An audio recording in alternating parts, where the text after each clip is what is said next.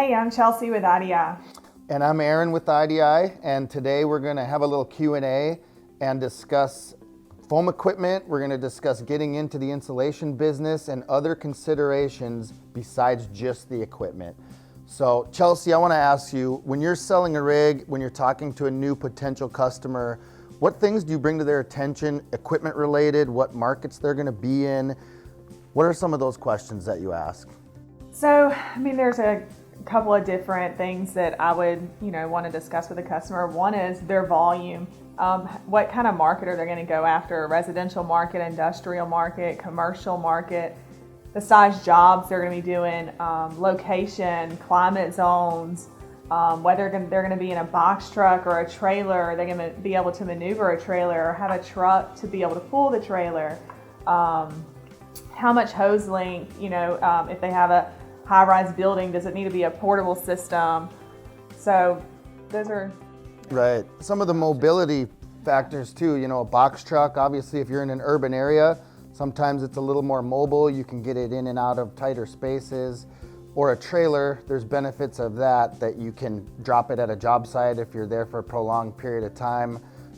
Like you said, hose length is very important. Great points. So Aaron, if a contractor is looking at getting into the business, what are some of the things they need to look for as far as budgeting, financing options, and does IDI provide anything to help them with that? Yeah, we do. That's a great question. And this is a big investment. There's an equipment investment, and then there's a working capital investment, right? So if somebody spends all their money on equipment, doesn't leave anything for working capital, where does that leave you? That's setting up somebody for failure, in my opinion.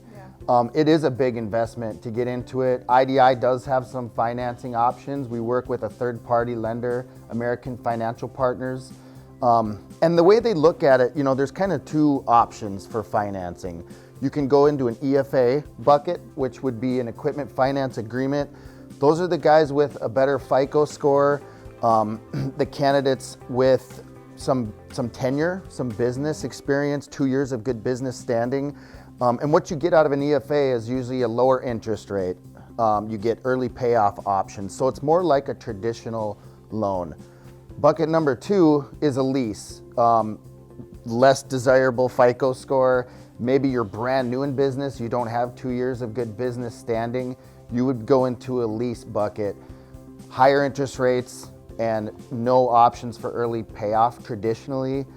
However, it will allow someone to get into business still. If you're driven to do it, the lease option might be a good fit.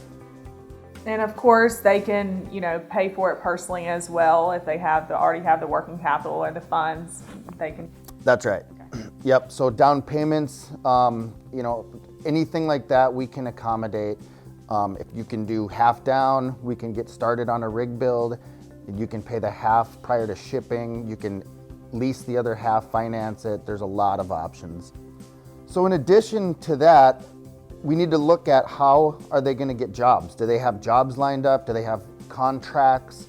We don't want to sell somebody a foam rig and they don't have any work for it, because that's also going to set them up for failure. So what other considerations do you bring up when you're talking about a rig?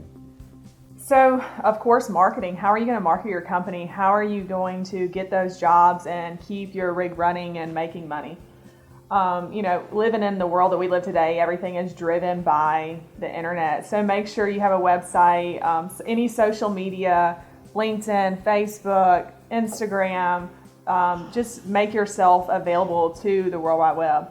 Of course, word of mouth is always still good. But yeah, just make sure you have a really good marketing team that can help you with all those things. And if you need help, IDI, we can help you with that as well and try to market your company, because if you're successful, we're successful. So in the end, we want you guys out there, running your rigs and doing jobs and having a very successful business.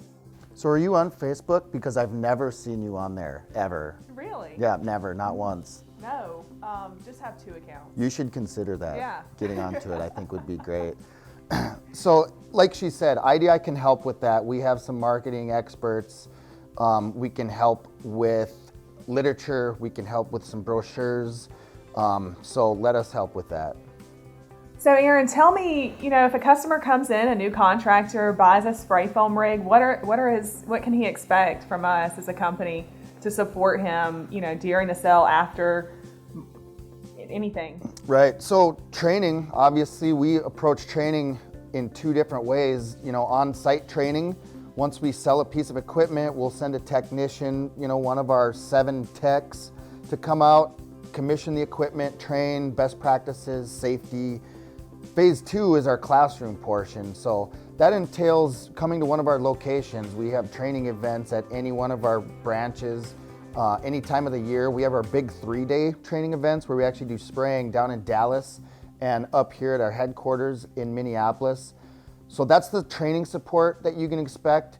Our customers have access to our tech team at any time for phone tech support, continuing education. We're going to get our technician out to your job site on you, call on you occasionally, help with any problems, maybe correct any bad habits that you've started to develop. In addition to that, we have parts and accessories in stock at any of our branches. So, if something breaks, we want you to have quick access to it, cut down on lead times, maybe expedited shipping costs, things like that. Anything you can add? Pretty much just, throughout the year, IDI does offer educational courses and trainings throughout all of our facilities, in the United States. So take advantage of that as well. Right. Just as far as the 3-day trainings, our rig inspection events, 2-day trainings, and stuff like that. Right. Yeah, I think that covers most of it. Great job. Woo!